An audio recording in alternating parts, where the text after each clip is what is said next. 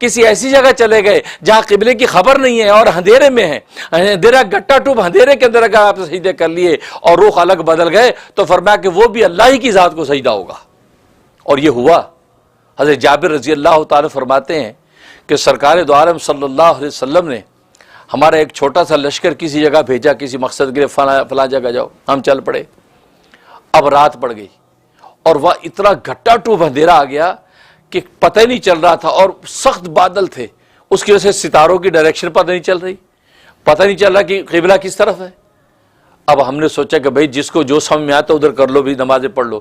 ہر بندے نے اپنے اپنے حساب سے جہت متعین کر کے نماز پڑھ لی، لیکن یہ کیا کہ ہر بندے نے اپنے سامنے لکیر لگا لی کہ تاکہ جب روشنی ہو تو ہم دیکھیں کہ بھی کس نے کدھر منہ کر کے نماز پڑھی تھی۔ لہذا ہر ایک نے اپنے سامنے لکیر لگا لی نماز کے بعد کہ ادھر منہ کیا۔ جب صبح ہوئی، روشنی ہوئی، تو سب نے اپنے اپنے لکیریں دیکھیں، تو اللہ کی شان ساری لکیریں قبلے کی طرف تھی۔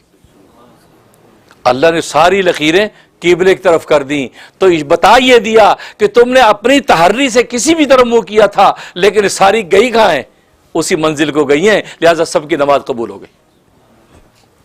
تو یہ ہے، تو لکیریں حالانکہ الگ الگ ڈائریکشن پہ تھیں، لیکن جب صبح ہوئی تو سب لکیریں اللہ کے گھر کی طرف دوڑ رہی ہیں۔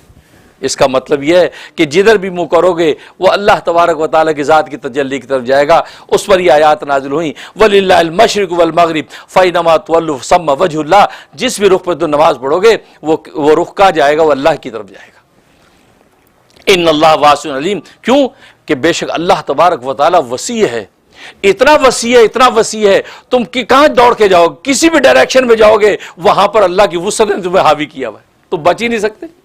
کون سی ایسی ڈائریکشن ہوگی جہاں سے تم اللہ کی وسعت سے نکل سکو؟ تم مشرق میں کہاں تک جاؤ گے؟ مغرب میں کہاں تک جاؤ گے؟ نارتھ ایسٹ، ساؤتھ ایسٹ، کس جہت میں کدھر بھی منہ کرو گے اللہ اتنا وسیع ہے کہ ساری جہتوں کو حاوی ہے، لہذا جدھر بھی منہ کرو گے ادھر اللہ ہی ہوگا۔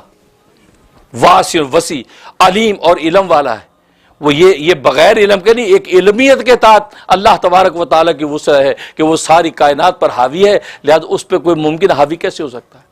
اللہ تو واجب الوجود ذات ہے، وہ خود اتنا وسیع ہے، تو اگر کوئی چیز اس کے اوپر وسیع ہو تو اس سے بڑی ہوگی، تو ممکن اور مخلوق اللہ سے بڑا کیسے ہو سکتا ہے؟ اس لیے واسع علیم وہی وسیع ہے۔